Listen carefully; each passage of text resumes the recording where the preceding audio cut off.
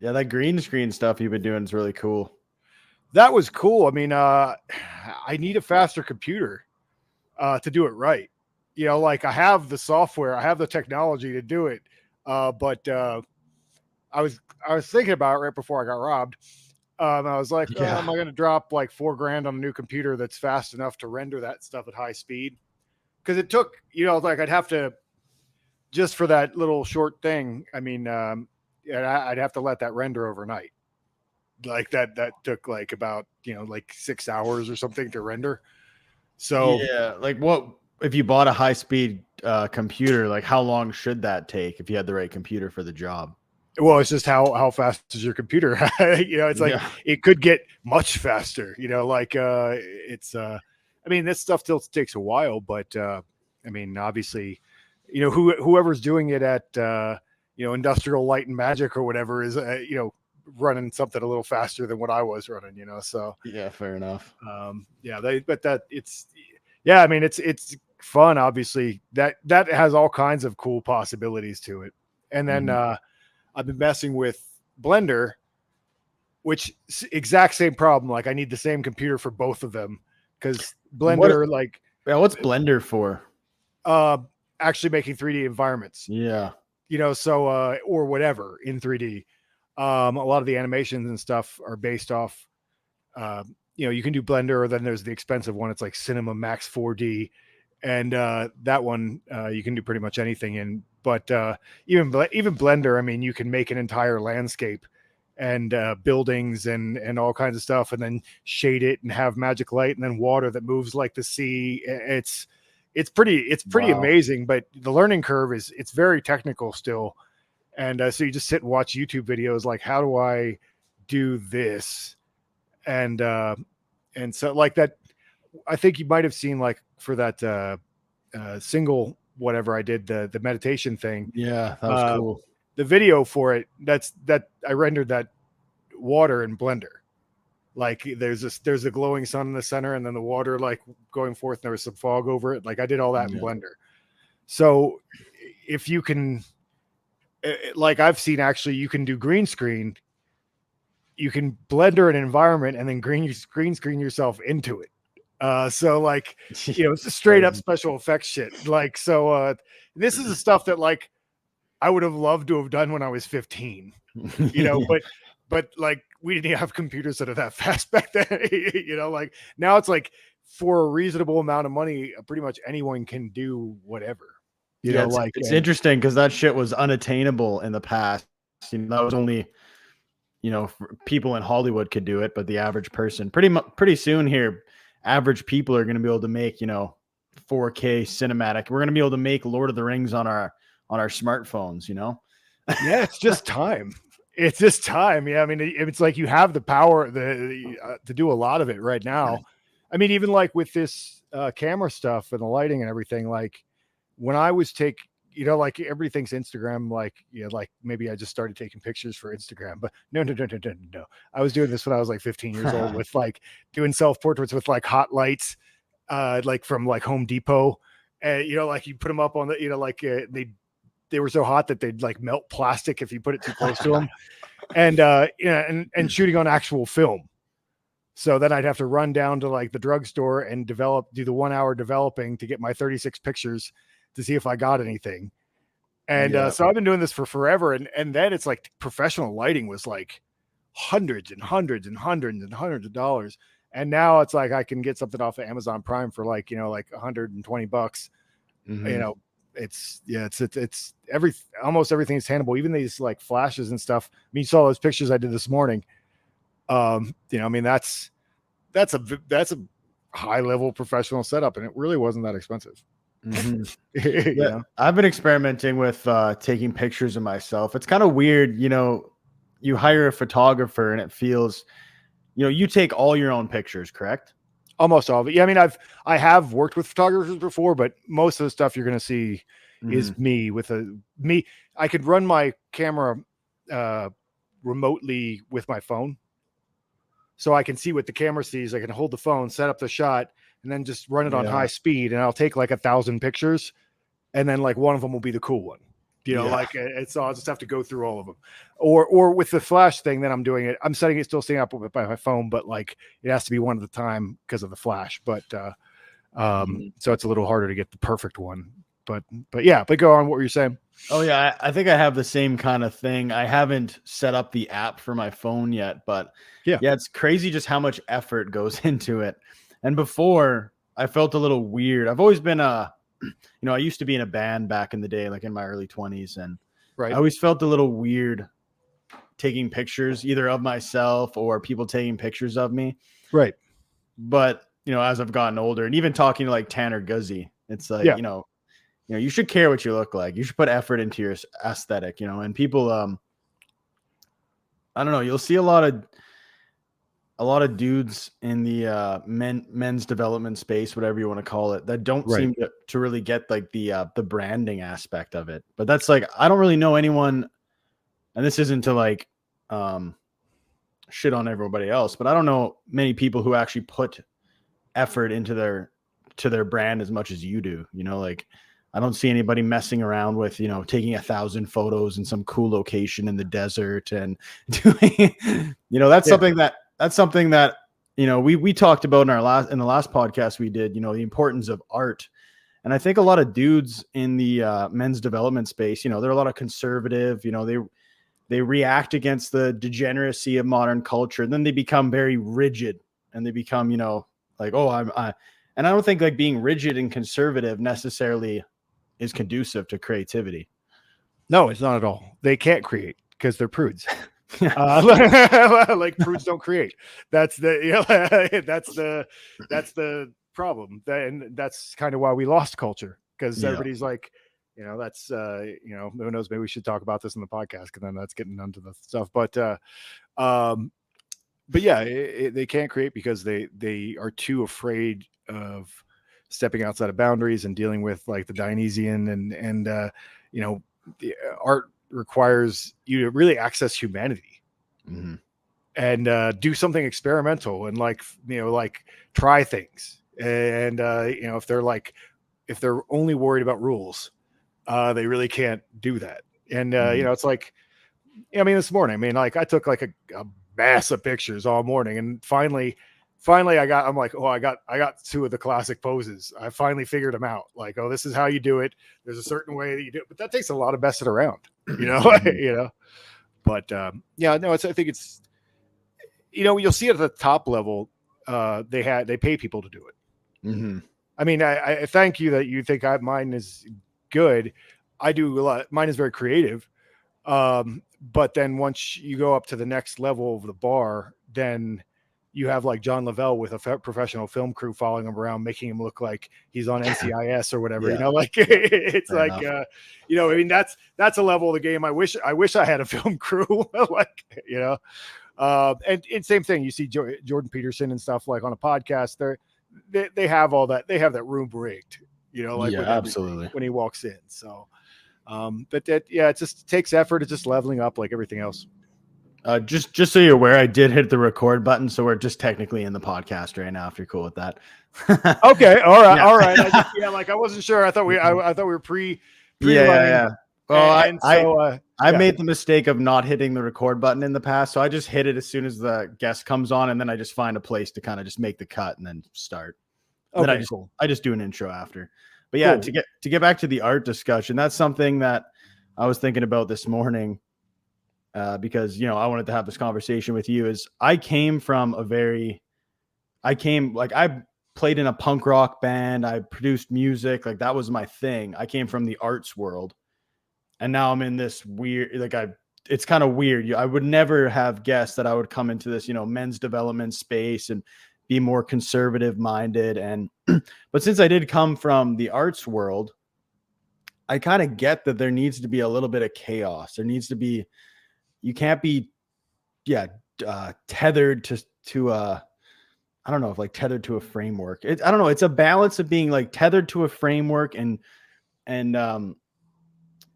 while still having some ability to create and be loose. These people that like, they react so hard against the degeneracy of modern culture that they're like extremely traditional or extremely conservative.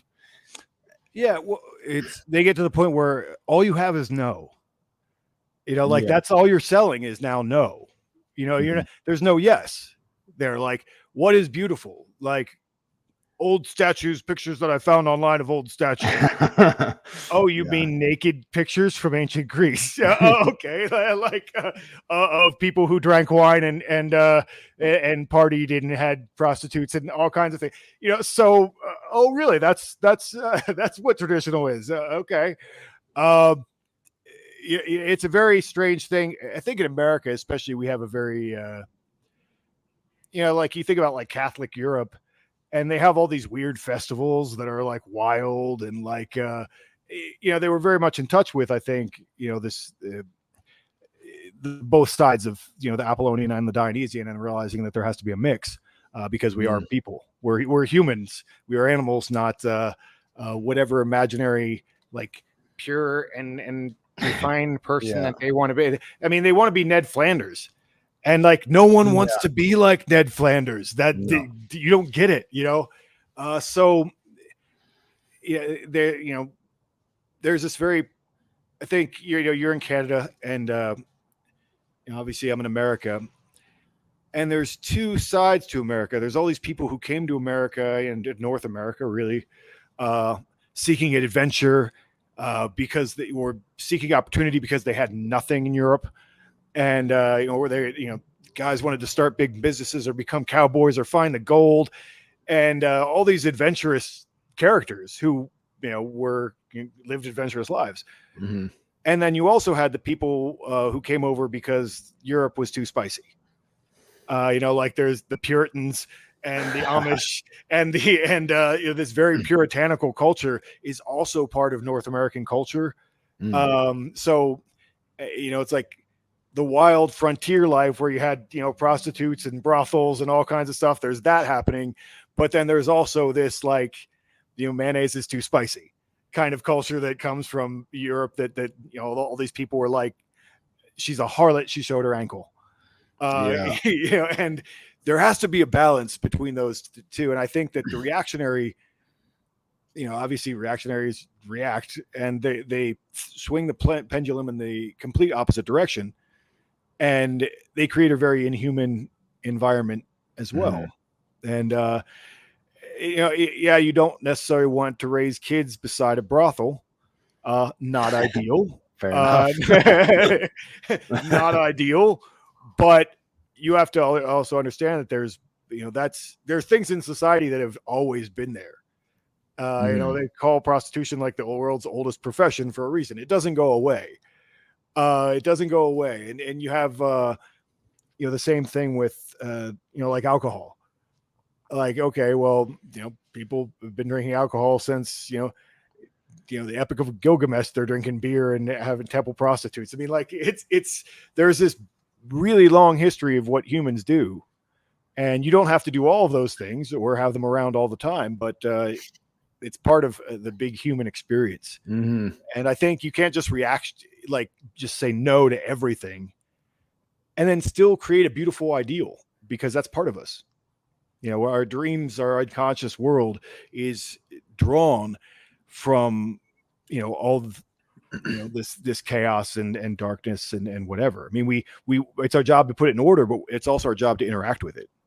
Mhm. Well, I've noticed on a personal level, I tend to, swing from one side to the other. So when I was in my punk rock days touring in a band, I was engaged in some things that were definitely more on one end of the spectrum.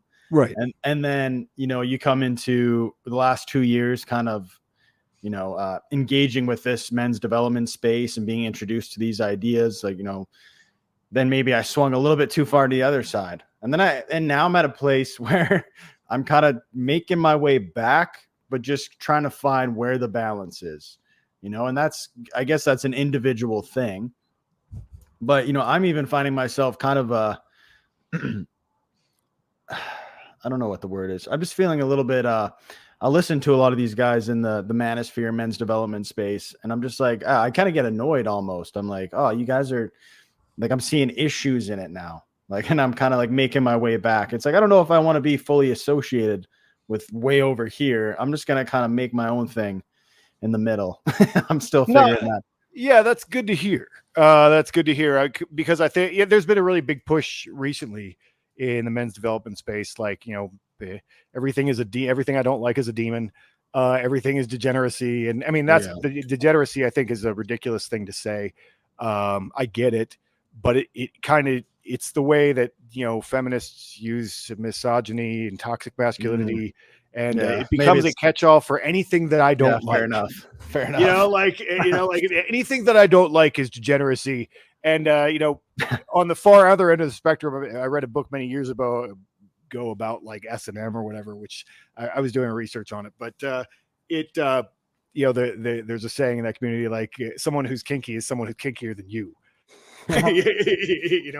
Anyone who's a pervert is somebody who's kinkier than you.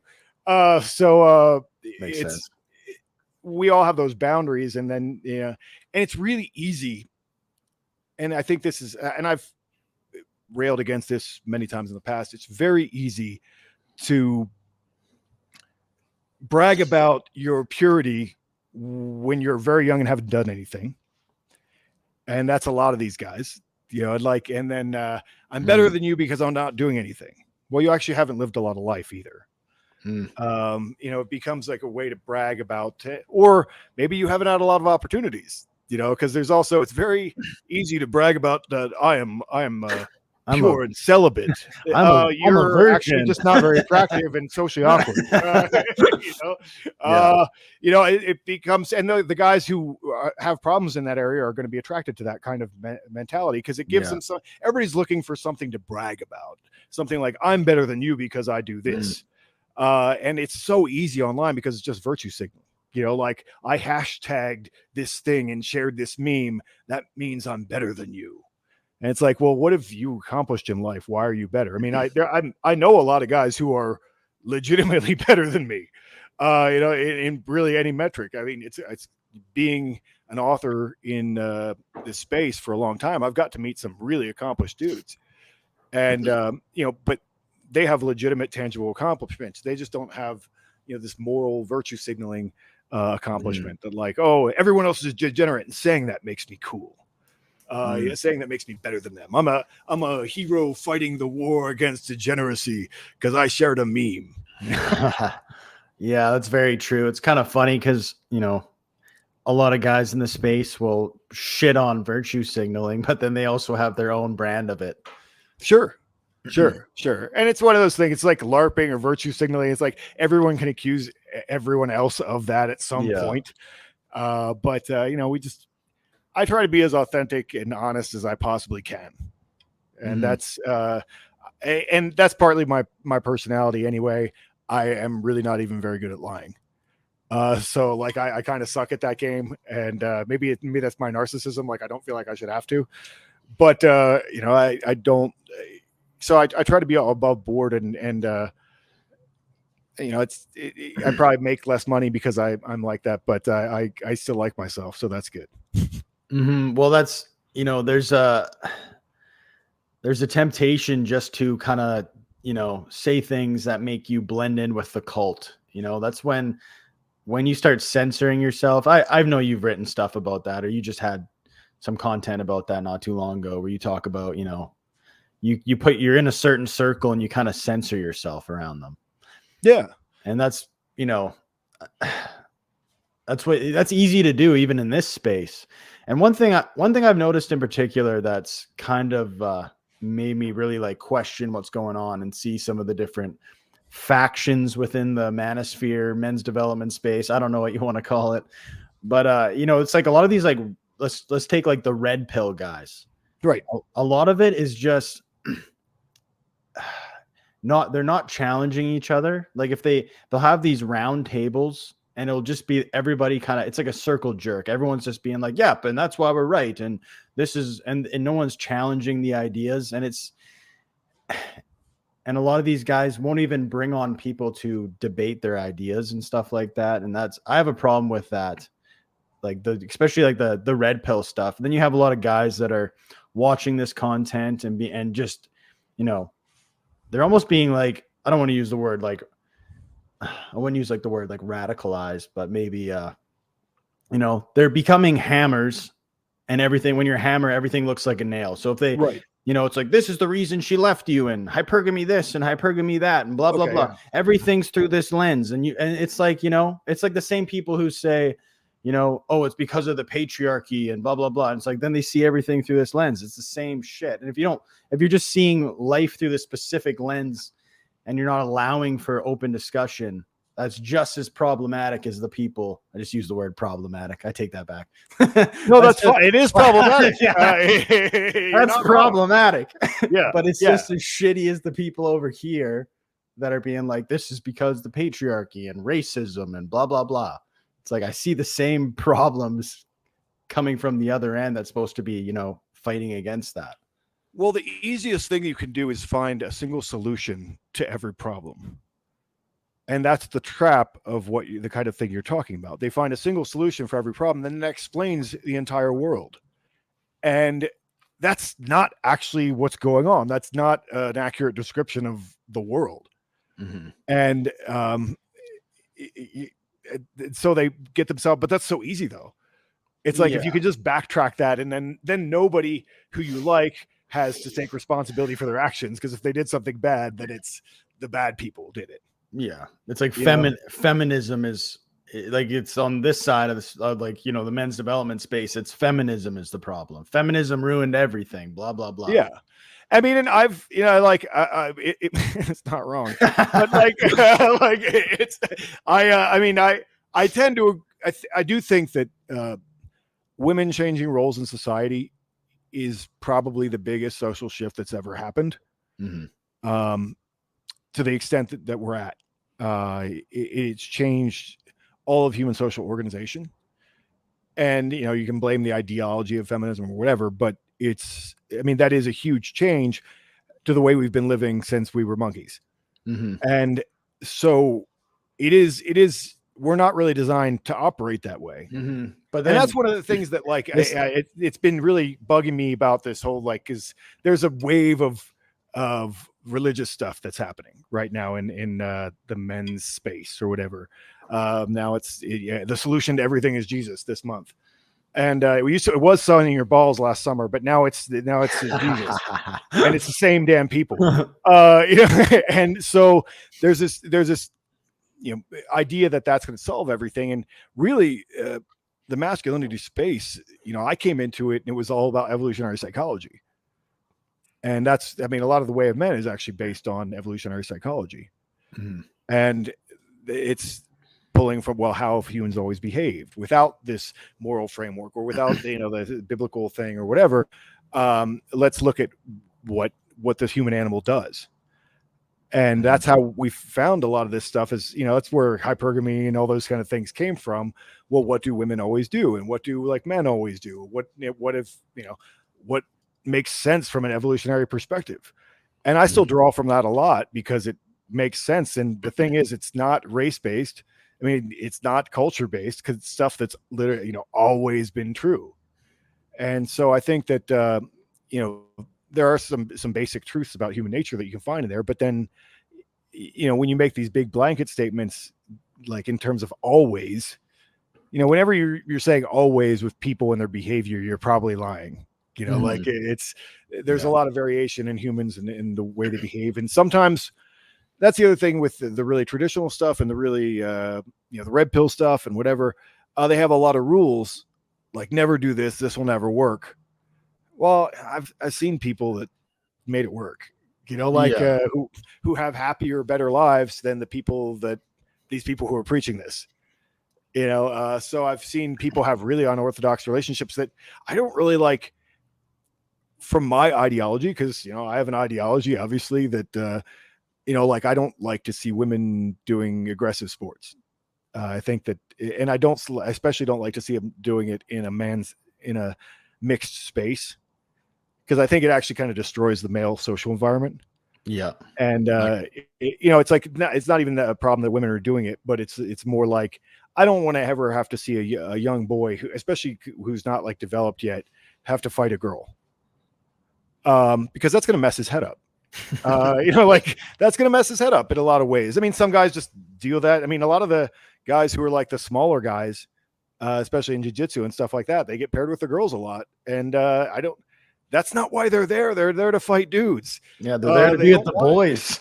Yeah, they don't want to. I mean, it really changes everything that's happening socially there, and a lot of the benefit that they could get from it. I think that women should learn self-defense, but it changes them. But I've also worked with guys like I had this couple who taught jiu-jitsu together, and the dude was a badass and a good friend of mine, and his wife taught it with, and she will tell you how to choke somebody like nobody's business. But and I would normally be like, you shouldn't have that. Like you shouldn't have this killer couple kind of thing. The woman should be the woman and be at home, and the man should be doing this stuff. But they had a really healthy relationship, and they really made it work. And she was still feminine, and she still had her role in it and whatever. And so like my perfect idea of how that should be, they had found a way to make that work anyway. Mm-hmm. So you can't, when people start talking about it, these absolutes, they're usually wrong. Like if there's some people who can make it work on a broad curve, probably not best practices, but there are things that people can make work. So yeah, humans are complicated animals. Yeah. I totally agree when I see people, putting the blame on feminism or whatever, but just it's like, I agree 100%. Feminism is a problem, but I can't just be like feminism is, that's the main reason for all of societal's ills. It might be 90% of them, 80% of them, I don't know, but it's just this like absolute like, and even when you're talking about human nature, like it's like I'm not going to act in the same way. Like I haven't made the same decisions as you have. You haven't made the same decisions as me, right? Like we don't all make the same decisions. And the absolutes when it comes to female nature, it's like, the evolutionary psychology thing, 100% agree. That points to, we can use that as a good predictor of human behavior for sure, a predictor of human behavior. But I find it a problem when, if we're going to acknowledge that women are hypergamous, I completely agree. They're definitely hypergamous. Sure. And that's a part of their nature. We also have to agree that men want to fuck the younger, tighter thing. Like we want to fuck younger, tighter women, and we want to fuck a lot of them. Like that's a part of our nature. But if we're going to acknowledge one, we got to acknowledge that and be like, well, does that mean every dude is going to walk out on his wife as soon as he has the option to, it might happen a lot, it might happen fucking many times, but that doesn't mean every dude's gonna, we have our own version of monkey branching or like our like hypergamy, whatever you want to call it. Oh, for sure. For sure. I mean, and also because we do age like wine. We do. But we do age well. And so we're still like, if we take care of ourselves, we still are like kind of in our prime pretty late. And women are kind of at their prime in their 20s, really. Early 20s. And so, what you're saying is correct. Men also they're not always going to cheat with some younger woman. And most of them, I mean, really, because I think with men, if you've gotten a lot of that out of your system at some point, they're like, I probably don't need to do that. That's a mess. That's going to create a mess, and in a whole bunch of ways, but then you also have to realize that some guys are going to do that and be honest about it. And I think that we have a really kind of hypocritical society in if you look at the way that powerful men, for instance, have always behaved. Is it really shocking that like the CEO of a company or the president of the United States or whatever is out getting some on the side? Those guys used to have harems, and like, like kings used to have harems, and they've always had that because they're high performing dudes and they want everything. And so, we have this very, again, puritanical culture that like expects them to never, ever do that. And really that's what kings have always done. I mean, whatever The English king that like, kept killing his wives to get a son and getting new mistresses and, all that kind of stuff, there's a lot of that in the world. And so I think, again, we had, this very locked down kind of prudish culture. And then I think, in Europe for a long time, they had a little bit more of a understanding of how people really are, but the media thrives on scandal too. So that's another problem that, scandal sells. And so even if we don't actually believe that people behave this way at all, it's still going to hit the top of the newspapers or the online or whatever. If someone has an affair or does a thing or whatever, because you can find out and use it against them because it's going to sell clicks and whatever, which is it's really unfortunate. I met a guy, and I won't really call him out because I still know him. But he's from Europe, and he said the most European thing that I've ever heard, which was, I've been with my mistress even longer than I've been with my wife.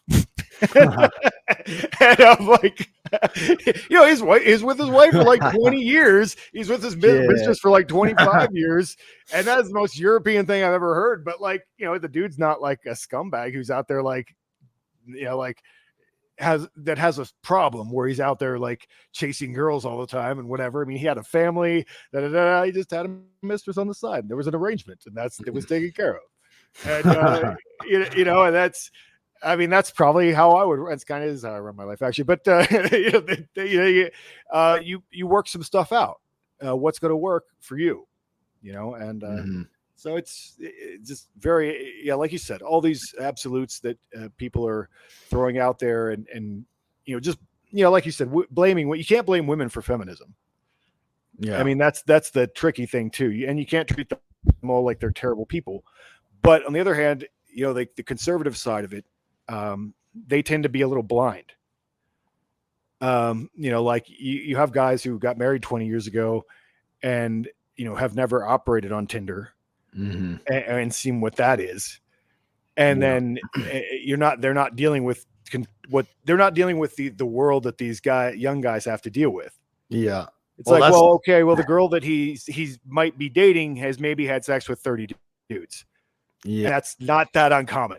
That, in fact, it's probably average. It's probably more common than it's not. And that's something that I struggle with a little bit because, my parents are high school sweethearts, very Catholic, traditional. And I've come up in this world. I'm 29, so I'm still on the younger side. And, I have had to operate in the Tinder world and see what, man, like, there's a part of me that, wants to find that traditional girl or it's weird because you're struggling with the fact that you're in this world. Most women have racked up high notch counts. Most women think this way, and it's prevalent, man. It's like, they say like I look up to my mom as like an example of femininity. She's traditional. I have 4 brothers. She raised 5 kids. Stayed at home, took care of the house. And I don't think I'll be able to find that, right? Unless I like hang out in a traditional circle. But at the same time, is like, am I just looking for that because I think that's what I'm supposed to be looking for? And then I get into this whole headspace where it's like, am I just looking to get married because that's what I think I'm supposed to do? And these are like the conversations I have with myself. It's like, men should get married. That's how you become a man. And you got to do this and that. And then, Jordan Peterson, make your room. And, and then it gets to the point where it's like, monogamy is the noble path. And, I do think that for most people, that is a good thing. But then these are still things that I kind of struggle with and I think about a lot.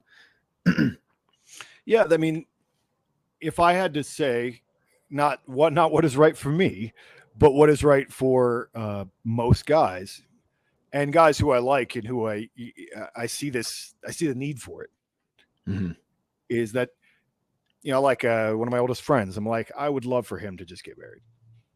That would be really good for him. He would thrive on that structure as long as it's the right woman. Yeah. And it wasn't just, you know, a cope or like, I'm going to get this woman to take the place of the wife thing that I need to fill out the picture. Because a lot of people will do that, and then that turns into a big problem. Yeah. But, you know, there are a lot of guys that would need that structure, and like being a dad would be really good for them because they need something to be responsible for. And, you know, they need a reason to not stay at the bar all night, and they need a reason to be home at a reasonable time and do certain things so they don't self-destruct. Mm-hmm. And so for most men, I do think having a, you know, and the monogamous thing is more for the women, I think, than the men. I don't think men really need to be monogamous, but women really, from an evolutionary standpoint, they want all your resources to be focused on them. Because why wouldn't they? Because they, you know, they're making themselves in a very vulnerable position, having children and whatever, and so they want your attention on them. They don't want it spread around. Mm-hmm. And so, you know, I think it's really hard for men and women to work out relationships that aren't monogamous.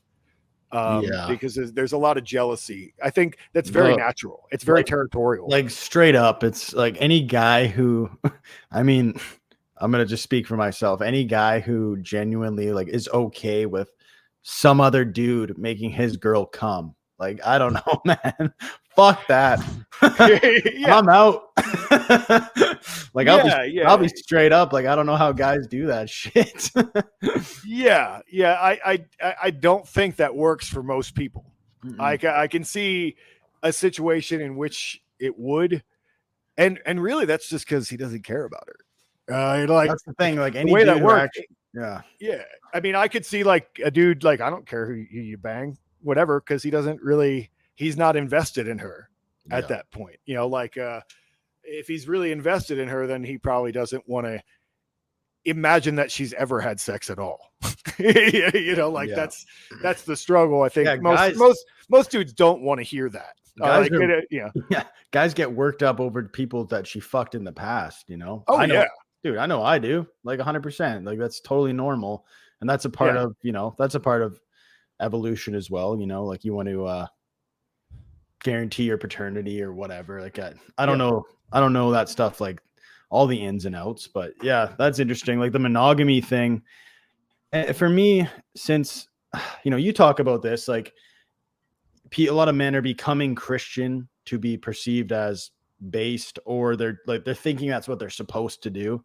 Right. And, you know, and you know, I've been on, like when I was doing acid and touring in a band and was super into like Buddhism and like Eastern philosophy. So I've been kind of in some weird spots. Like my philosophical views have changed, and I was raised Catholic. So it's kind of, we talked about this. You rebelled, you went through your atheist phase and all that. Yeah. And then I've come back over to the right, like I was saying, and you know, I do relate to the message of Christianity, but I've never fully, you know, I don't want to feel like a poser, but right. I do the message of Christ. Like I think Western religion is more masculine. I see it as a more it's not, you know, I'm just detaching, bro. It's like, no, take up your cross and bear it like a badass. You know, I see that as a more masculine, noble pursuit, but I've never like fully, like if someone told me asked me, is Christ real? Or if I literally believe in Christ, I would say like, I don't like, no, like right now, no, like I don't literally believe in Christianity. Right. And it's like people get offended by that, but it's like I believe in the message, and I think that's a lot of good stuff in there. But I'm also open-minded, and I see other religions and myths, and I see that you know, Joseph Campbell is someone I really was inspired by. Like I've read bits and pieces of his book, to be honest. Like I haven't read the whole thing, but I also he's got a few books, but I've read lots of his stuff, and you know, I watched The Power of Myth and all that. And I thought that was super cool how we can like take from all these different religions and stuff. But there's also a chaos that comes with that, because now it's like, well, I could take a little bit of this, a little bit of that, and like, oh, I don't want to do that because that's hard. So I'm going to do this. Yeah, no, that is the danger of it. You know, like, because then it becomes a situation of defining what your rules are. Yeah. From there. And because there is, value in all those different myths. And, I think the Christianity thing is comfortable because that's what I get kind of sarcastic about it. Like, oh, really? You found the default religion of your region. That's amazing that's the truth. I'm like, I get very like Willy Wonka about that. Like, oh, tell me more about how you've accepted this Lord and Savior of your region. It just seems I can get a little cynical about that. But I mean, it's just, and people, it's easy. That's an easy one, because you get to belong to the club and they have cookies, and it's the social structure is already there. And that's what I think a lot of people are attracted to, is that social structure. Mm-hmm. My concern, and this is going to get me in trouble with all those guys, but that's fine. Okay. I'm a big boy. Not worried about it. Yeah, my concern, again, why that one? Why that myth if you can see all of them? And because there's this push to make muscular Christianity, and that's been a thing for a long time. Because that's been a problem in the Christian church for a long time. Because what do you mean by that exactly? Like, what does muscular Christianity mean? Like, it was actually a slogan, I think, in the 19th century, because they were trying to bring it. They're like, wait, this is getting too feminized. It really only women go to church, and that's the problem that they have now. Yeah. And they were like, we have to man this religion up a little bit so dudes will like it. Mm-hmm. And there's a little bit of a problem because there's not a lot there to work with, as far as, like you got Muhammad, who was a warlord in his lifetime. And, so there's that. And, with Jesus, there's not really as much there. Now you go Old Testament, and all the guys who are Christians who I know are really just Old Testament guys, they're like, because the Old Testament is typical sky god.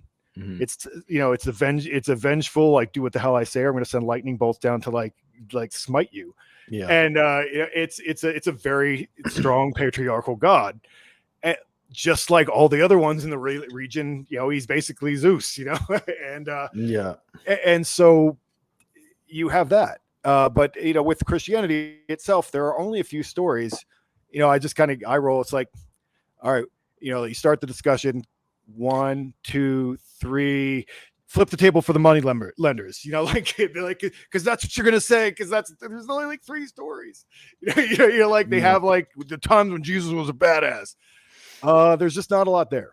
Mm-hmm. And I mean, and you said you were like, not, because I don't do this with like hardcore believers, because there's really no point. Yeah, no, but you're like in the middle there. So I'm like, we can have a like honest discussion about it. And the other thing is like, this is really awkward, and this is why they use classical statues, and that's why I was kind of like poking at people, is that actually Jesus, every painting that you've ever seen of Jesus looks like the most punchable vegan that you've ever. He looks like the guy that we are fighting against, and that's kind of an image problem that that's it's kind of interesting, actually. I've never thought about that. Yeah, I mean, like, I've met that dude. I mean, because he always looks the same, kind of in Western pictures. I'm like, I've met that dude. He's a vegan. He's a communist, and like, and he's really annoying. Or there's another picture that people share, and I'm like, that's Kenny Loggins. Does anyone know that that's Kenny Loggins? That's pretty like funny. It's a painting called The Historical Jesus, and they're like, that's Kenny Loggins. I also think it's a problem that men can't just openly talk about this. It's like, and dudes who are comfortable with their religion can. I mean, I could straight up say that. I was talking to Cameron Dixon last night on the phone. I was having a couple drinks and talking about Chess Magazine, and like, I think he's going to do some editing work for us on that. Yeah. And I was talking to him, and he's been a Catholic all his life, and he's a very serious Catholic, but he's not going to get butthurt and clench his pearls and get offended if I say that, because he's going to be like secretly like, well, Jack, you're wrong, and this is why. Well, it's kind of funny though, because like Catholics in general, like I grew up with Catholics, and a lot of the dudes were, I wouldn't say like they were good dudes, like good family men, but they also did not play by the rules. Like Catholicism is almost more loose these days than a lot of these other Well, the Pope's not really great. And, like, dude, the Pope's not really great, and you can't really pretend that he is. He's kind of globalist puppet. Yeah, I mean, my parents don't even like the Pope. They're ashamed of the Pope, and they're starting. So I mean, it used to be. Yeah, it used to be like the Pope, ex cathedra, like the Pope spoke for God. Yeah. So you listen to what the Pope says, and I think Catholics have had enough popes who sucked in recent history that, like they're like, well, maybe he doesn't always speak for God. It's kind of a little bit, there's a little bit of a, and Catholics do have that thing because, you have confession. Because I was actually raised Catholic too. Yeah. And so you have confession. So, like, fucking, I'm good. I'm gonna say, I had a little fun yesterday. I'm gonna say some Hail Marys and I'm good. And so they tend to be chill. I mean, whatever, it always makes me think of like The Godfather. And like all the mobsters, going to church on Sunday, doing the thing, like, like, what is their confession sound? Well, I buried somebody in the desert, but it had to be done. It was for the family. Mm-hmm. Yeah, I don't know. This conversation's interesting. These are things I think about all the time. And as someone who, I don't like Sam Harris. Like, I mean, not the worst. I don't think he's like a terrorist guy. I don't hate him, but it's like you just like, I don't really enjoy listening to those guys because they're they're like everything myth is just dogma and blah blah. Just like so. I'm like, no, your dogma is science. You think that everything's material, and the idea of God is so outlandish and whatnot. Like that's the extreme like scientism. And then you have the Christian fundamentalist or whatever religion fundamentalist, and then I'm over here just kind of like. And there's a pressure to be like, pick one and be a man and follow that one. But you have to pick Christianity because that's the one, because it's the West. And I think about, and that was when I was an atheist. Like, like I said, like I've bounced back and forth and I've kind of integrated certain aspects of, I think it was good to go through my atheist phase. Sure. And like read a lot of those guys and figure things out. Cause I would think about that. Like, if I was born, if my consciousness was placed in the Middle East, I'm my exact consciousness, whoever I am, whatever, like that gets a little deep when you start thinking about that, but it was placed in the Middle East in fucking, who's saying that I didn't become some radical jihadist or like become a member of ISIS or whatever. Like, it's like, we're born into this world. We're born into a specific part of the world, and we just kind of become what's around us. And it's like, that's one thing I could never be like, what makes Christianity the truth when if I go to the other side of the world, they think this is the truth. Like which one is like, I can't like confidently say like, no, Jesus is the way, the truth, and the light. And like, that's going to piss people off and whatever. But like, I think Christianity is great. And I think there's lots of good stuff in there, but I can't say that that's like the literal truth. And I can't do that. I don't think I'll ever be able to do that because I've also done psychedelics, and people who haven't done them may not understand like what I'm talking about, but it opens you up to different ideas, and you I don't know, maybe you see through some shit. Yeah, or it could be. I could go either way with that because psychedelics. I'm actually too. I had a discussion. Actually, I had a little exchange because Brian Mickler actually brought this up on one of his question and answer things, and he actually mentioned my name like somewhere in a plant medicine discussion. So I had to hurry up and go listen to that. And then he said nice things about me, and then him and Kip were discussing plant medicine, and but they've never done any of that stuff. Because they're Mormons, and so they're not going to do that stuff. And so, they kind of thought of it as just everybody trying to get high, and they were talking about ayahuasca and stuff like that. And I'm like, well, I won't do ayahuasca because it's a female spirit. But I mean, it's like that's what they believed it was a female spirit, and I'm like, I don't really think that me being me should be taking that. That feels like I should remain pure of such things. But I mean, when people do that, I mean, like they throw up, and like they're having a 2-day weird experience, and like it's not dealing enjoyable with their own personal bullshit and whatever. It's like they're not just trying to get high and get giggly, like and you can do stuff with mushrooms and stuff like that too. You can literally just sit there and giggle, because I've done that. And you can also have a very interesting experience. Yeah. And I am a little skeptical of what that's putting you in contact with or not, in terms of, I always say it's, I kind of think sometimes when everybody starts talking about like the, everyone, what I've learned is that everything is connected and we're all one. Well, no shit. Yeah. I got a lot to say about psychedelics, because as someone who, I actually just made a video. It's not out yet, but I talk about my experience with them. And everyone who does psychedelics, or everyone that I've kind of seen in the public eye who does psychedelics, it's like it's drug induced pseudo spirituality to me a little bit. Yeah. Because I've been there, I know what it's like, and I feel all these good, you feel those good feelings, like I am one with the universe, I don't exist, and the whole idea of, they call it ego death. But the people who do psychedelics think they have life fucking figured out. They think they've found the key to the universe, and they come back and they're like, oh, no. I've talked to God, and I've seen everything laid out before me. And it is tough, because I have felt those. I know what they're talking about, but I think that there is delusion there. And I think, and people have been doing psychedelics for a long time. And some of our religious myths may or may not have come from psychedelics. Yeah. I know a lot of people who believe that. Yeah. Yeah. And I'm not sure what the truth is, but I think that I personally don't do them anymore, because they fucked me up for like 2 years. I had a bad mushroom trip that threw me through the meat grinder, and I never touched them again. 2018 was the last time I did psychedelics. Yeah. And I'll never touch them again, because I had a fucking trip I barely made it out alive from.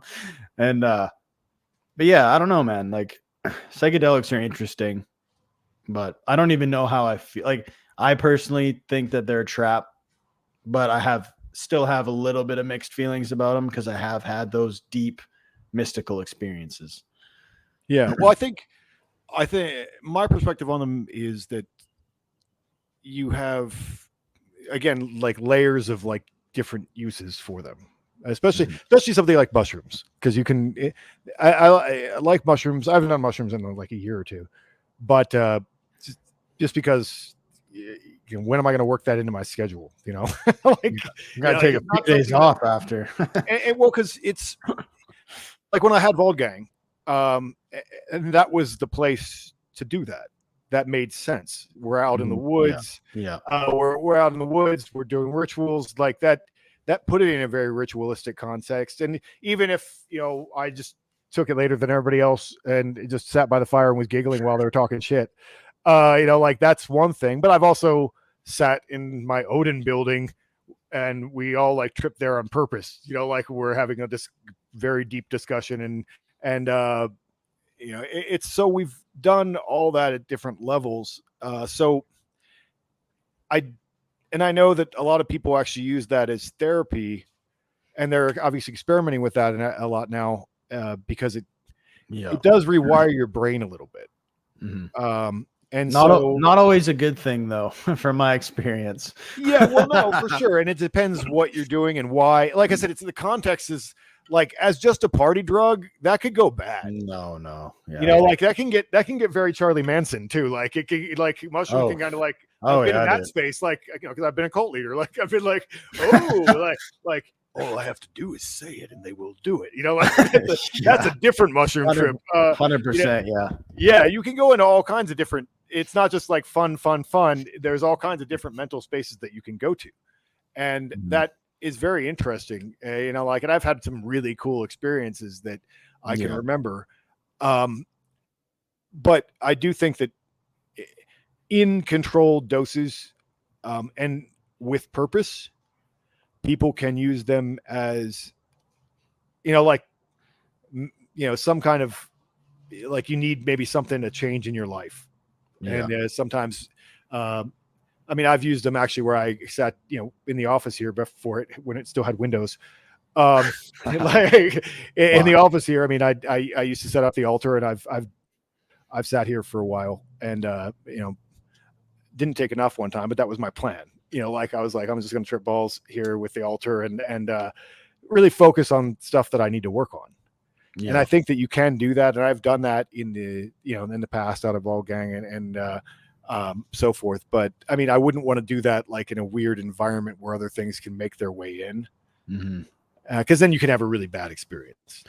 What's also interesting about all this is there's people like you who do them, and there's people like, are more okay. There's people like you who do psychedelics, but then there's also people far leftists doing psychedelics, and it's like the culture surrounding them it's kind of interesting. It's the same thing with like cannabis use.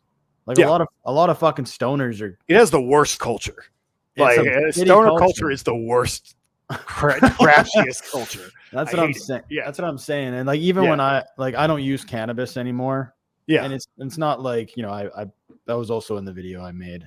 I just think that it's for me personally, I think it's a sneaky drug because a lot of people I know who use cannabis use it regularly. Oh yeah, every day. Yeah, for sure. Yeah, and I think that the purpose of cannabis was to be more of like a like a ritualist, like a ritual, maybe like once a month you do like a heavy dose or something like that. But I think that's the everyday use. And I don't see people having spiritual, same with psychedelics. I know people that use a lot of psychedelics, but I would not say they're awake. And I would not say they are, I don't think, I used to think that marijuana helped me connect with my soul or my consciousness. But in reality, it actually kind of like was starting to ruin my life because it just made me feel comfortable with mediocrity. I'm like, oh yeah, I'm one with the universe, and oh, this weed makes me feel good, and like I'm just gonna be broke and feel like shit and be in a shitty relationship or whatever. Right? Yeah, that's what I see happen to a lot of people. I mean, that whole message, like everything is one, we're all touch the universe, like nothing matters. Yeah. It's like, like everything's okay. They're returning to the womb and death. Like you're like, that's the comfort space. You're going back, like I'm in the warm comfort of the womb and everything's fine. I mean, of course our handlers want us to be stoned. That's perfect. I mean, that's why, it's like all the blue cities or whatever in America have all like decriminalized it. And it should be decriminalized because it really doesn't hurt people. Yeah. Of course they want you to be like, everything's fine. Just accept your fate. Like whatever happens is good. That's a real danger of that kind of stuff. It makes you too comfortable with things that you shouldn't be comfortable with. Mm-hmm. I mean, everyone has a different experience. Like their body chemistry works differently with different drugs too. So it's it's hard to make blanket statements. Like I tried marijuana, like it was one of the last drugs I ever tried because I went to New York City and I partied like a club kid and whatever, and that was my very early youth. And so it's like I tried marijuana. I was like, this is super not impressive compared to like Special K. So I was like, who cares? And also, for me personally, it just makes me stupid. I know they're all different strains, bro, and they're supposed to make something else happen to you or whatever. You're supposed to get energy. All of them make me dumb. Dude, I just feel debilitated dumb. It's not fun for me at all. It's like I just want to sit and watch a Muppet movie and be like, and that's not a place that I need to go to. So it has no appeal to me. It also has no creative benefits, in my opinion. Like at first, I felt like when you're watching a movie stoned, you might think like, "Whoa, I'm thinking about this in a different way," or you kind of. But a lot of people say it's conducive to creativity. But I can tell you, as someone who works on music, whenever I smoked weed, I would just kind of sit there and be like, I'd make something kind of like, I'd be like, oh, that's kind of cool. Then I'd listen to it sober and I'd be like, this is fucking trash. And you said like there's different strains and shit like that. But me and my brother always joke because every time you go into the weed shop up here in Canada, like if you go into a weed shop or just listen to someone talk about weed, it's like, this one's super mellow, bro. This one will mellow you out. Or like they just always say the same thing. It's like, yeah, different strains, my ass. they all do the same shit. Yeah, it was so like when it became legal in Oregon, before all the bullshit happened and Oregon became like a communist country. But like before, at that point, there was this patch where it was literally like buying wine. It got to the point where, like, as the guy I live with says, just another thing for people to jerk themselves off about. It's the same thing. Like, oh, this was amazing. This was grown organically in the state in this county, and you get to the point where I remember actually standing in a wine shop because I used to do the gourmet food deliveries for a little while, and I actually remember listening to the discussion, and I swear to God, I heard somebody say, like, they had a really bad year that year, and you can almost taste it in the, and I'm like, oh my God. like, that's when you're selling a $300 bottle of wine, you say all kinds of bullshit. And they do the same stuff with like marijuana, like this is, like they have to give it a really cool name, and like just smell, it has a really unique aroma, and it's I like kind of being a connoisseur of things. That's just not one of the things I'm interested in. But that is part of human life. It's interesting to go down these rabbit holes of, like, finding the distinct differences of things. But it does get a little bullshitty. And with marijuana, mostly it's just people trying to get high, and they romanticize the idea of getting high, and to the point where they have to rub. They're convinced that all these. I tried some of the CBD like stuff you rub on yourself or whatever, and that's bullshit. That's never fixed anything for me or even been noticeable. But people swear about it, and I think it's just because of the psychosomatic effect. Just because it comes from weed, so it's like it must be plant medicine. I don't know that rubbing marijuana on your body really helps like the CBD stuff or whatever, but knock yourself out. Some people swear by it, some people say it's good for them, it helps them out, whether it's psychosomatic or whether it actually has some kind of real benefit. It's not harmful, it's not the worst thing in the world, so whatever, knock yourself out. And you're talking about alcohol there. I'm curious because that's the one drug that I actually can still use without even weed. I don't smoke weed anymore because of just like after that psychedelic trip 4 years ago, even weed kind of throws me back in the meat grinder. So I'm like, I'm staying away from all that shit. Right. And, but I have, I don't drink. I wouldn't say I'm a drinker, but I'll like have like I have some local mead in my fridge and some other drinks every once in a while. I'm kind of curious, alcohol use. Yeah. And you think of like, men drink beer and watch football and shit. And I fucking hate that. I hate that idea. But then there's the people, like, alcohol has many, like, you think of like those super trashy dude in the trailer park smoking his marijuana. And then you think of like the connoisseur who's like spiritualizing the experience. Right. The same thing with alcohol. You have like the trashy dude with the fucking mustard stained wife beater drinking his Pabst Blue Ribbon or whatever. And then you have the dude who's like drinking his local made honey, like his local mead or whatever. I don't know. Alcohol is one of those things. I mean, that's again been around for all of human history, and there's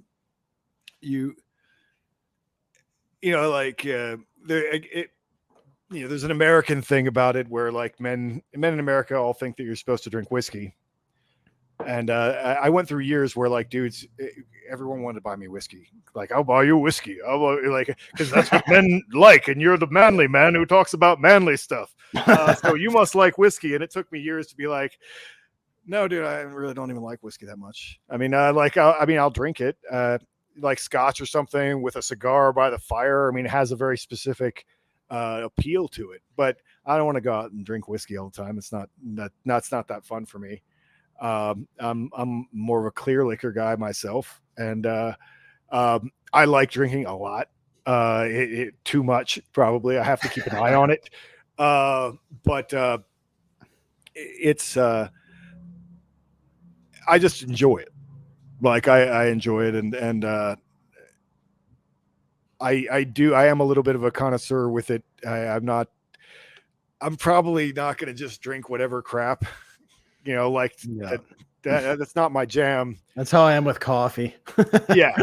Yeah. Like you're not gonna just go for the Folgers or whatever, you know. But Yeah, fuck that shit. and it's the same thing. It's like I don't really need to drink vodka or like just garbage wine or just whatever trash to get drunk, because that's not really exactly what I'm doing. I will end up getting drunk, but like not that's not really the only goal.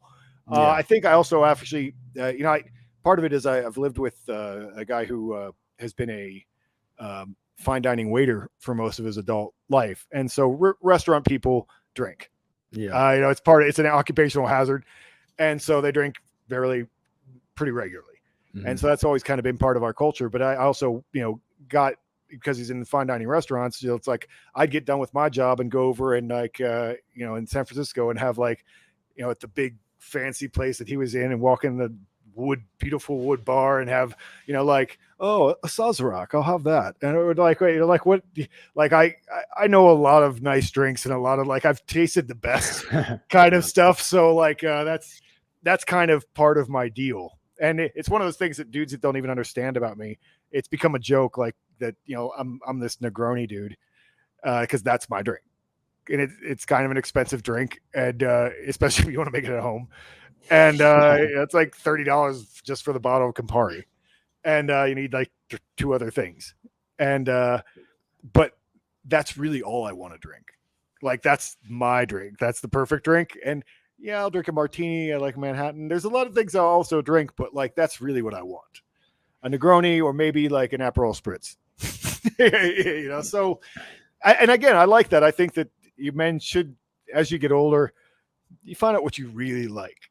Like that's, it's not about, like let's just get smashed and whatever, find out what you really, really, really like. Like that kind of goes back to the, the Ned Flanders thing too. And like being ultra rigid. Yeah. Like I'm someone who eats really well. I train, I try to take good care of my body. And I would have these almost like obsessive thoughts when I was like drinking, like, oh no, I'm destroying my body. Or, I just got into cigars pretty recently. I like smoking cigars like every once in a while. And it's like, sure. It's like, dude, like I take care of myself so well. Like I've earned the right to fucking smoke a cigar every once in a while. Or, if I want to get a little fucking tipsy and bond with some friends, it shouldn't be the end of the world. And it's finding that balance. I think like, a lot of people in the men's, self-development space where it's like alcohol is bad, this is bad. It's like we said, like no to all these things. And it's like, like I'm not going to be a fucking alcoholic. Like that's not in my DNA at all. Yeah. And it's like, if I want to drink a little bit, just fucking have a drink. And it's like, some of the times that I've gotten even super drunk, like at a wedding or something like that, like those are some of the best experiences I've ever had, just talking to people. And, so I think that's like a valuable part of being a man. You just have to like know how to, like you said, find what you like and just keep an eye on it. Just don't let it. You just have to keep an eye on things. I mean, you can't, I'm fairly disciplined. I mean, I think you saw my progress picture this morning. Yeah. I was drinking gin and diet tonics last night. And actually alcohol, it'll actually start the dehydration process. So you wake up more short. Oh yeah, there you go, man. It's all part of the plan. There's a little science involved in all this. I actually knew a power lifter who used to start his cut with Coors Light. He started his weight cut for the meat with Coors Light, because it starts the dehydration process and starts getting the water out of you. So I mean, you can balance those things. I mean, obviously I've been really on top of my diet and really, really, like very goal oriented and whatever. And yes, I can also have a drink like occasionally, but like if I'm not meeting my goals anymore, then I guess I got to calm that down.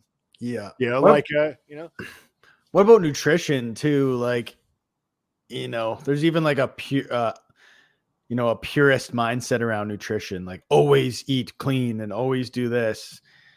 Like sometimes like I step out of the bounds of that every once in a while. It's like, it's the same thing, dude. It's like, I'm not going to immediately turn into a fat fucking slob because I ate a burger at a fucking. I think there's like an exact amount of fat that you physically can put on in one day. Like Yeah. it's very low. It's like a fraction of a pound Yeah. that you can actually put on. Like no matter what you ate, your body will only put this much fat on. I don't care if you eat 6,000 calories. Yeah. I mean, it's like you and I've done it before too. I'm like, what's the worst going to happen? I'm going to get like get 0.3 pounds fatter. I can handle it. Like I can work with that. Yeah. Again, that's it's Puritanism, and it's really not a good balance of human life. And like I want to be able to have nice things and have a burger. I mean, most diets they'll put a cheat meal in. Like they'll give you a cheat meal once a week. The one that I've been on, I get like kind of one cheat meal or one cheat day or whatever kind of during the week. And if I've been nailing it all week long, that's probably I'm recarbing and I'm putting in some things that I'm missing, quite frankly, because for me to hit the numbers that he's giving me, it wasn't healthy. I mean, I'm not eating healthy. This is a goal thing, the objective that we're doing. I think that, closer to that kind of like middle paleo kind of way is probably the healthiest, eat some meat, eat some fat, eat some organ meats, eat, like some potatoes, greens. rice. Yeah. I mean, eat some greens, eats broccoli, all that. I would do. That's probably the way I would eat if I was going to say optimizing health. Yeah. Unfortunately for me to hit like 300 grams of protein and 65 grams of fat and 165 grams of carbs in a day. You got that's it. It looks like turkey sandwiches and egg whites is what it looks like. Yeah. I hate that. Well, yeah. So we're over an hour now. Let's get into that a little bit. Cause I'm curious. I'm curious. I'm actually cutting right now as well. Right. And I'm curious, like, what did you feel almost like an instant dip in energy and performance in the gym? Or are you pretty? I mean, this isn't my first rodeo. I mean, I've done this before. So I don't think so. I mean, I wouldn't expect to be at top performance level without some more carbs in my system, maybe. But I mean, I wouldn't think that I'm going to go in and start squatting super heavy with not a lot of carbs. But I mean, really, they gave me that 165 for me. It's 165, 185 grams of carbs. It's actually pretty high. What's your total calorie intake right now? The last thing he had me around, it was about 2,500. Yeah. So that was pretty reasonable. I've cut it like 18,000. 1,800, 2,000. I've cut a lot bigger, and this I barely lost a pound. I mean, like I lost maybe like I think 3 pounds during over 3 months, and just did a major recomp. So it was. Do you know what? Sorry. Do you know what body fat percentage you started at? It's kind of bullshitty. Because I mean, people can do it with calipers, right? Yeah. And that's okay. It depends on the expertise of the person doing it. And then otherwise you have like the picture kind of level. And there's according to bro science, I feel like I'm about 9 right now. Like I'm about 8 to 9% body fat. I'm not like shredded 5, like bodybuilding meat, like there's still more to go, but I would say that I'm sub 10, but like what a DEXA scan would really be for that, I have no idea. Cause I've seen people come out of DEXA scans, who to my eye, I mean, like that dude's walking around at 10% and his DEXA is saying 16. So like, like I feel like I'd go into a DEXA and it'd still hit me at like 18. I'd be like, what the hell?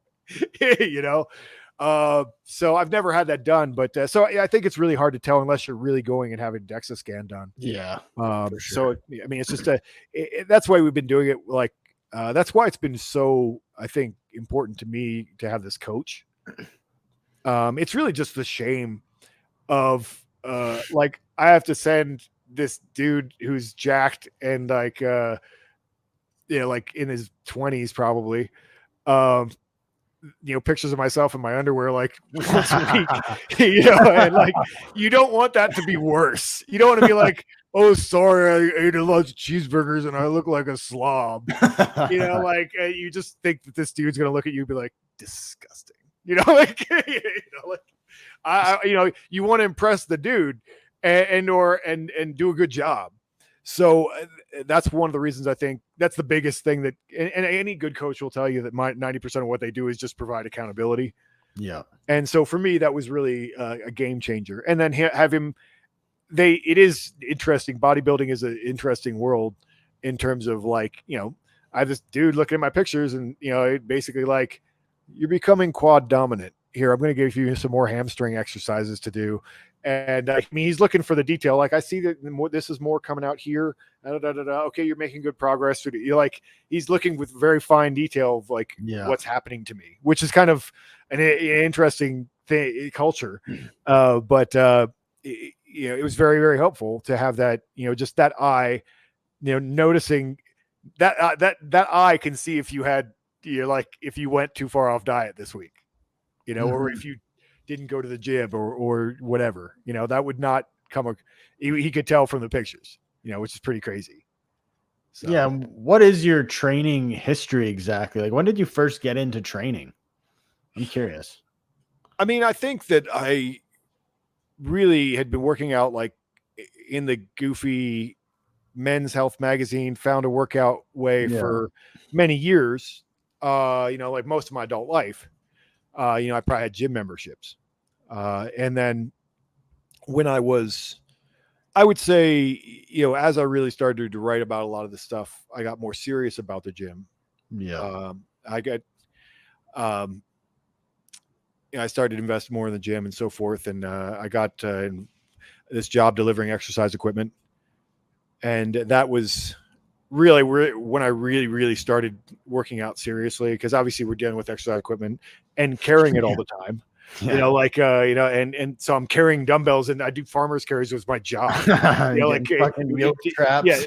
Yeah. I mean, that's literally, it was like, okay, well, this whole truckload of dumbbells has to go into the YMCA and up the stairs. So you bring that all in and you put I have some experience with that kind of work. yeah. And so it's good. I mean, it was great work, and you learned some about fitness there. And when I was there, I actually got involved. We made a delivery to a new CrossFit gym, and then I started talking to them, and I started going there. And they also did jiu-jitsu, and I just should have started jiu-jitsu then, and that's what I was supposed to do, but I got sucked into CrossFit. And so I was doing a ton of CrossFit. Yeah, I was doing a bunch of CrossFit there and learned all kind of cool stuff and learned the Olympic lifts and all that. And then my CrossFit guy actually took me to a powerlifting gym. And that was, where I met Chris Duffin. And then I ended up kind of going over to powerlifting and doing that for a few years. I never competed as a powerlifter. I just hung out with powerlifters and, got my bench up to like, the most ever bench was like, I think 345. And then, got my squat up and, I was with some of the best people in the world to be doing that with, and so that was really, I did some strongman training while I was there too. We had stones and we had the log presses and all that stuff. And that's all super fun. If you dial way down my Instagram, you can see all that stuff. That's the cool thing about Instagram is that, there's none of that. Well, when I was your age, I benched it. Like, no, 5 years ago, motherfucker. Like, it's right there. That's awesome. You got the receipts. Yeah, I got the receipts. You're like, oh, we want to see my highest incline press where I put those 150s up. It's like 2017. Just scroll down. That's pretty awesome. Yeah. So I did all that. All that kind of training. And then I started to do martial arts too at that point.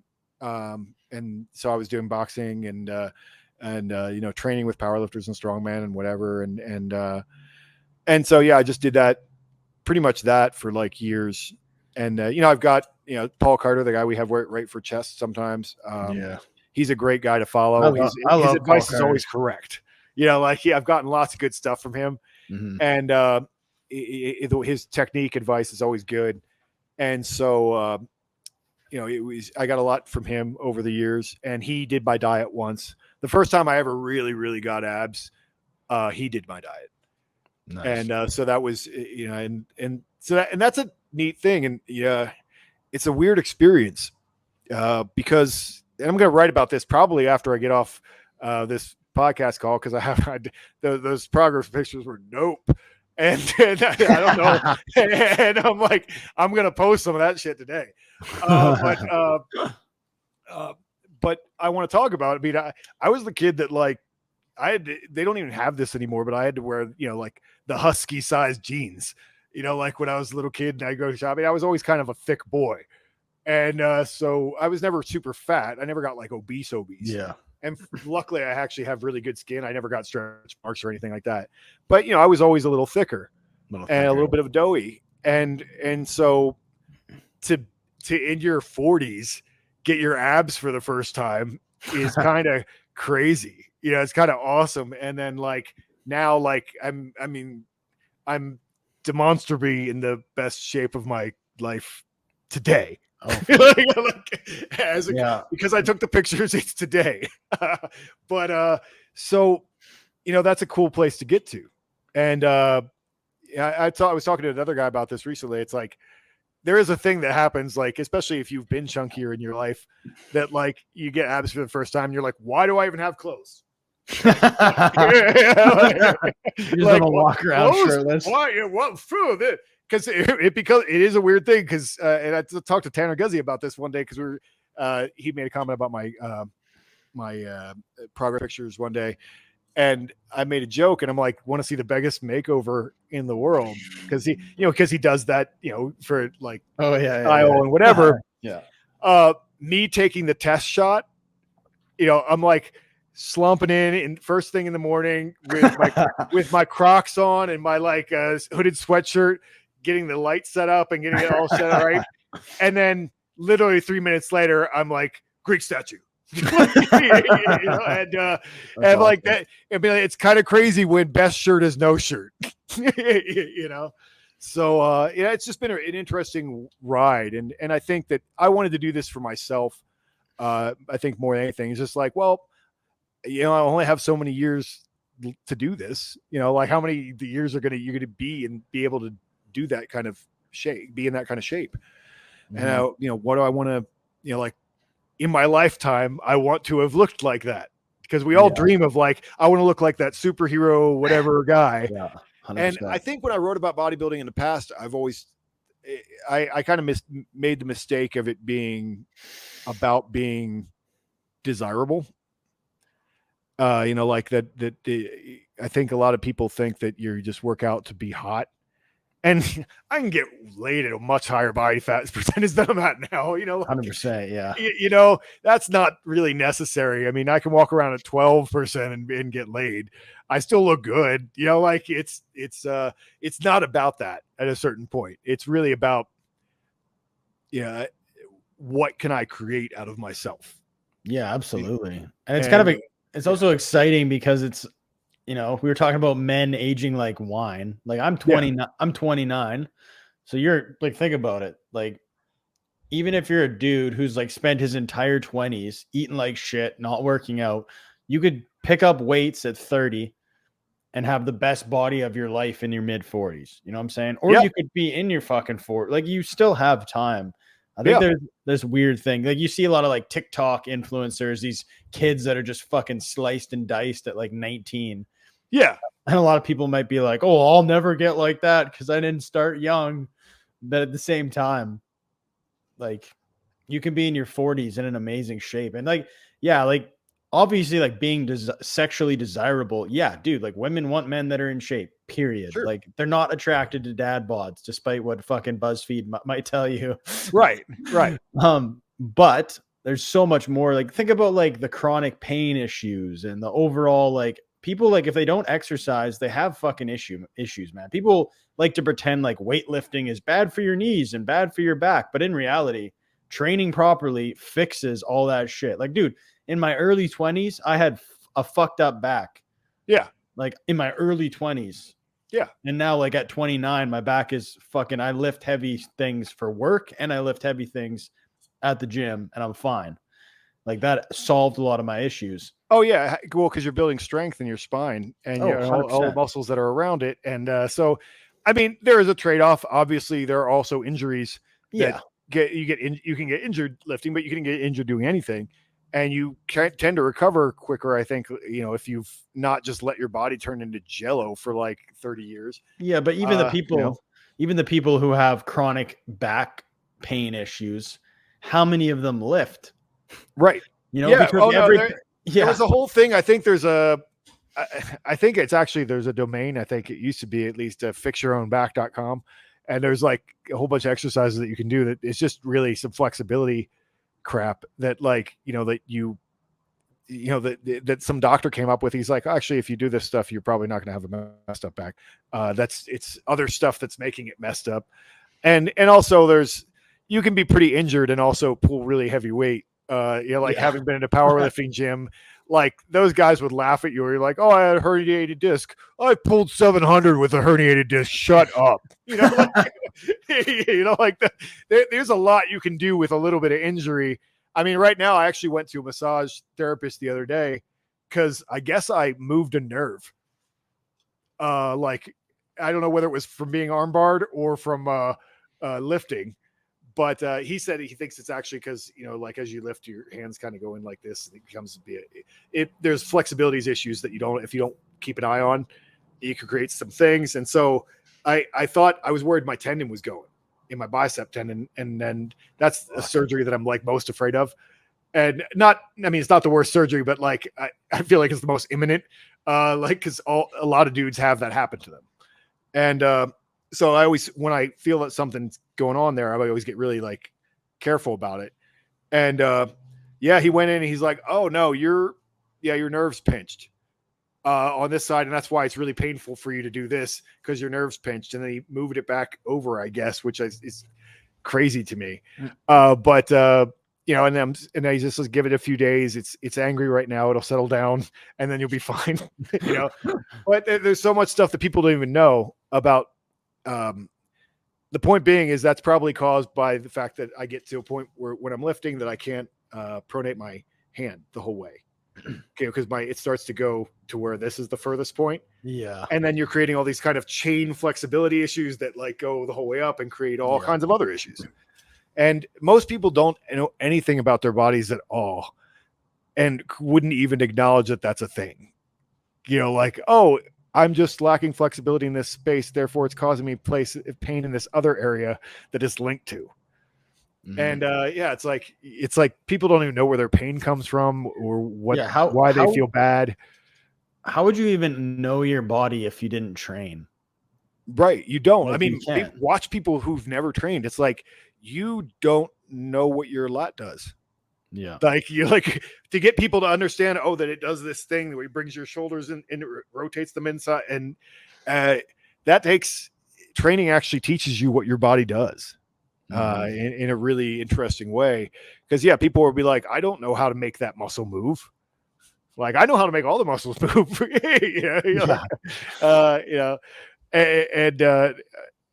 It's just interesting that people can't feel that. And it's like, so you really don't know very much about your own body that you're in, and so when something hurts, then you're just really confused. Yeah, absolutely. And when it comes to training, like the most important thing is I know people might say this sounds shallow, but if I see a man who doesn't have his physical presence in check, like he hasn't taken care of himself, I don't really respect people that don't look good. Yeah. Same. Like I'll just say it straight up. Like I know people will take that however they want. Like if you look like shit, fuck your political opinions. Fuck your cultural opinions. Post physique. It's like people will say, and I'm not saying you need to be a supermodel. Like I don't have a shredded physique. Like I'm not I'm not I don't have a bodybuilder physique right now. Like I'm a decent shape, but it's like I'm not a slob, right? Like it's like these dudes that like when I see a dude in his 40s who just beer gutted out, like I'm like, you've given up, man. Like I can't take your advice seriously, right? Like if Jack Donovan I probably wouldn't take your book seriously if you were a fucking beer gutted dude. Like Yeah, that's probably for why real. you took training serious, because like I can't, like I'm, you need to look a certain way. Yeah, I think that you should. I mean, yeah, like I said, obviously, I will look like I look right now for a very small period of time in my life. I don't know. I kind of got the bug now. I might keep doing this, but Get down to like it's 6%. kind of awesome, but it's not natural. It's not like it has nothing, almost no relationship with health at this level of it. I mean, Yeah, but even you go to the gym every day and you eat well and you look pretty decent and you're pretty reasonably strong. You can do a lot of stuff. That's kind of where you need to be. Yeah, and I don't necessarily you don't look need at to be shredded unless so few dudes are actually like genetically designed to be that way. That CB Robertson, who writes sometimes, he does Caffeine and Philosophy is his blog. I like him, but fuck that guy because he walks around at the body percent I had to starve for 3 months to get to. He's always that dude always has abs. I've met him in real life. It's like he just walks around like that. And he does train and whatever, but like he's just one of those wiry guys who's like built that way. And I'm not. Like I have to work really hard to get there. And so like it's really not a natural state for me to be in. But fuck being natural of whatever. Like I'm not trying to win a contest of like I'm the most natural man. I'm just trying to be awesome over here. It's. But yeah, for the average guy, I mean, it also takes. You have to be realistic too. I mean, like this took like decades almost. Decades because I've been lifting for a long time. And so I was able in 3 months to like bring all this out because I already have that base. I did all the powerlifting and all the other stuff that had that base. But I mean, realistically, like this took sometimes 3 hours a day to create. Like most people can't do that. That's not like practical for most people. Like you don't have 2 to 3 hours a day to be in the gym to make this happen. I mean, I did an hour and a half of on an elliptical yesterday. Because it's my off day. Yeah. Yes, you're adding in a ton of cardio too, probably. Yeah. Pretty much every day. Yeah. So, but not the what's interesting is those. For whatever reason, I really don't like CrossFit culture, because it tends to be like a mommy cheerleading club a lot of times, or like it tends to get very chick oriented.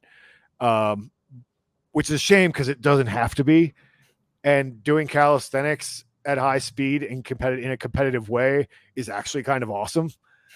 Doing Olympic lifting for speed is kind of stupid, but like doing, but doing other things for speed and time and whatever is pretty awesome.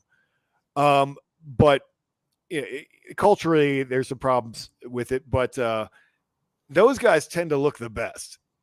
Like, and actually like look the healthiest, and also they're shredded, but they're also like very athletic. They can do a lot of things. Well, those guys do a lot of different styles of training too. Like they don't just do CrossFit. They do bodybuilding, conditioning, strength stuff. I was a D1 football player and then I did CrossFit and this is my CrossFit body.